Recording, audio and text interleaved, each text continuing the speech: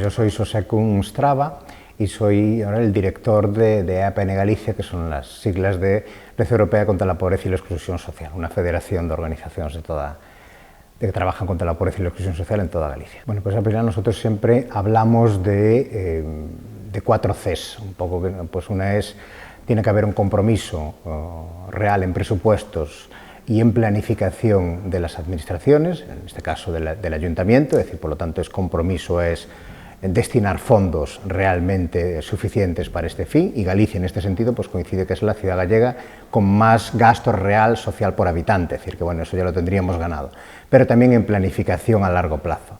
Exige también coordinación entre administraciones, no puede ir el ayuntamiento por un lado y la administración autonómica y el Estado por otro y las organizaciones por otro. Tiene que haber una coordinación política y técnica entre administraciones y dentro de cada administración. Tienen que estar los servicios sociales, los pobres no están solo para el Departamento de Servicios Sociales, el Departamento de Empleo, el Departamento de Urbanismo, el Departamento de Hacienda, todos tienen como fin coordinarse dentro de los ayuntamientos, sino que sean departamentos estancos, es otro requisito. Otro requisito es trabajar contra las causas de la pobreza y la vulnerabilidad. La vulnerabilidad no existe porque sí, no es casualidad, es algo provocado, es algo consentido. Por lo tanto, trabajar contra las causas no es con asistencialismo, entendido como un fin en sí mismo, sino que cómo se asegura que las personas en pobreza o exclusión salen de esa situación. Y solo se sale con proyectos a medio plazo, integrales, trabajando todos los aspectos de forma integral. Y finalmente, tener en cuenta siempre las entidades del tercer sector, que es una de las patas imprescindibles en este momento en soporte de los servicios sociales y de los servicios públicos de empleo o de vivienda.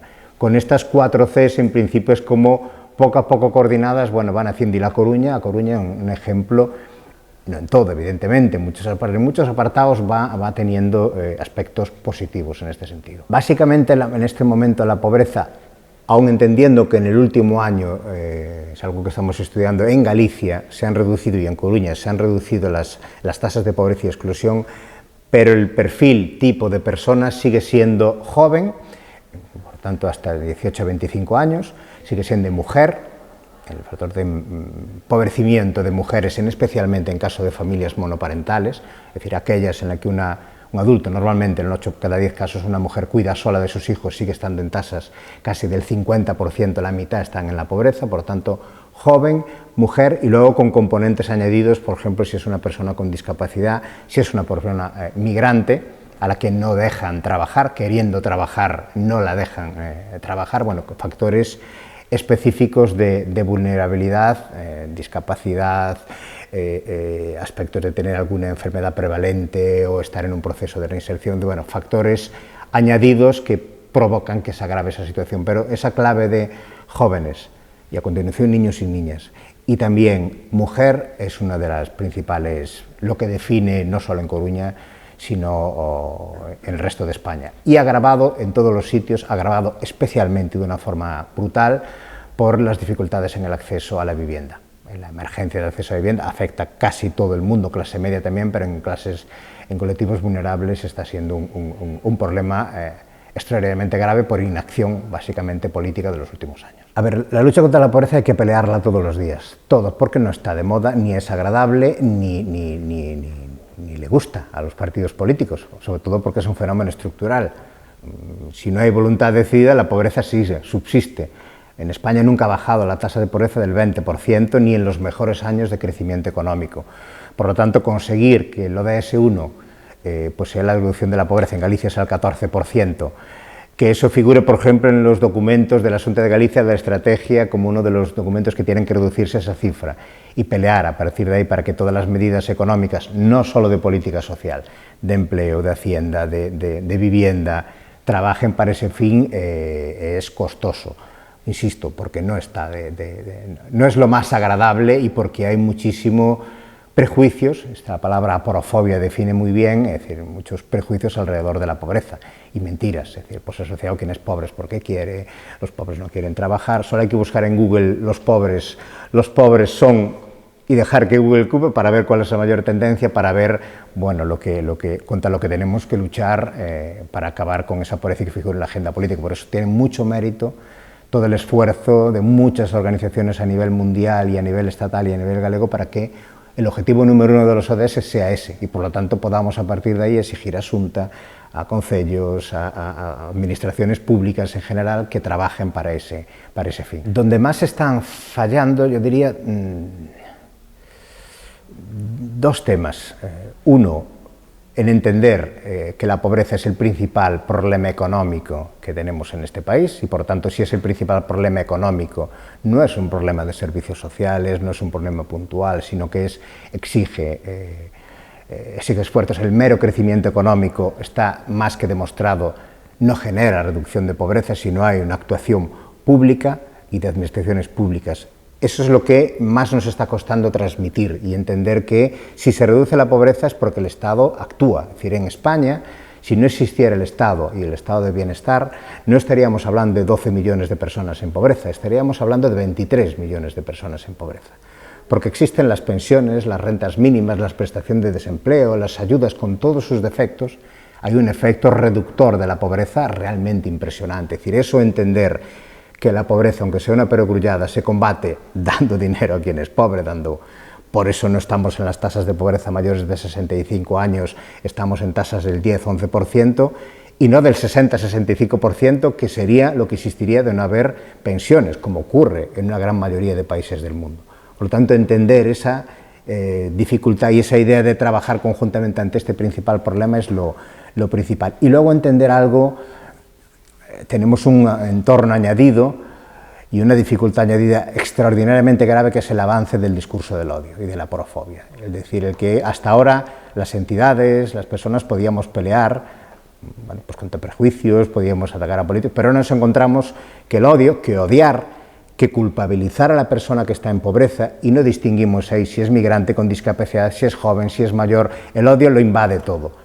Y nos impide, al final, actuar medidas políticas de impacto para reducirla. Ese es, en este momento, algo que desde Galicia, dado que esto se va a ver en toda España, en Galicia en el último año se ha reducido las tasas de pobreza muy por encima de la media estatal y muy por encima de comunidades, por ejemplo, como Madrid o como Castilla y León, donde ha aumentado. Hay varias razones. Pero una de ellas es porque Galicia es la única comunidad autónoma en la que no hay un partido político que defienda la violencia, el odio, la xenofobia, no tienen presencia institucional en Parlamento ni en ningún ayuntamiento partidos de ese tipo. Esto permite hacer políticas, pues por ejemplo, con personas migrantes, con todas sus dificultades y sus defectos, pero permite que el Ayuntamiento de Coruña, que el Ayuntamiento de Santiago, que otros ayuntamientos, que la Xunta de Galicia haga programas de inserción laboral de personas migrantes, por ejemplo, algo que están demandando las empresas gallegas, todos los días nos lo dicen. Poder hacer eso explica, bueno, pues que se reduce la pobreza, que se benefician las empresas, que se crea crecimiento económico, que se aprovecha la enorme riqueza de la inmigración. Bueno, eso explica, no sería posible hacerlo, no es posible hacerlo en muchas otras comunidades autónomas y ayuntamientos donde, por desgracia, este nuevo tipo de terrorismo violento, bueno, pues está teniendo un impacto notable y permeando no solo en la ciudadanía, sino en muchos partidos políticos hasta ahora ajenos a esto. De momento nos libramos en Galicia, pero es un factor que en este momento más nos preocupa y que impide el acceso a reducir sistemáticamente las tasas de pobreza. Pues este es un reto que tenemos las entidades sociales, que tenemos los ayuntamientos, que es básicamente enseñar, darnos a conocer. Es decir, yo todos los días en mi trabajo tengo buenas noticias, todos los días, no una ni dos, tengo decenas de buenas noticias, de profesionales que trabajan en entidades de acción social, de profesionales de los servicios sociales y de empleo, de personas en pobreza, exclusión, en todo tipo, que parece que personas sin hogar, que parece que el prejuicio es que no pueden hacer nada. Tenemos buenas noticias de personas que se alegran, que luchan por salir adelante, que son solidarias, que entienden la defensa de los derechos todo el día en la calle. Tenemos el gran reto, y más ante el discurso del odio, que lo que pretende es justo lo contrario, paralizarnos y ver que esto no sirve de nada lo que hagamos. Básicamente ahora tenemos el gran deber, incluso moral, de dar a conocer lo que se hace. Nada más, simplemente las buenas noticias que cada día vemos en las entidades sociales y los ejemplos de luchar contra la pobreza por los derechos. Simplemente con eso, y es un reto monumental. Pero tenemos herramientas móviles, tenemos redes sociales, tenemos medios de comunicación alternativos, tenemos múltiples sitios para hacerlo, pero es un reto y ahora muchísimo más grave de lo que era hasta este momento. Podría hablar de varios ODS, podría hablar de la reducción de tasas de pobreza, pero lo voy a centrar en uno y repetido 3 veces. Vivienda, vivienda, vivienda. Para cualquier ayuntamiento que estés viendo esto, para cualquier grupo en la oposición que quiera presentarse dentro de 2 años a las elecciones municipales, la respuesta que hay que decir en Coruña y en el resto de ayuntamientos es cuántas viviendas va usted a tener hechas en 2030, dónde van a estar y para quién van a ser.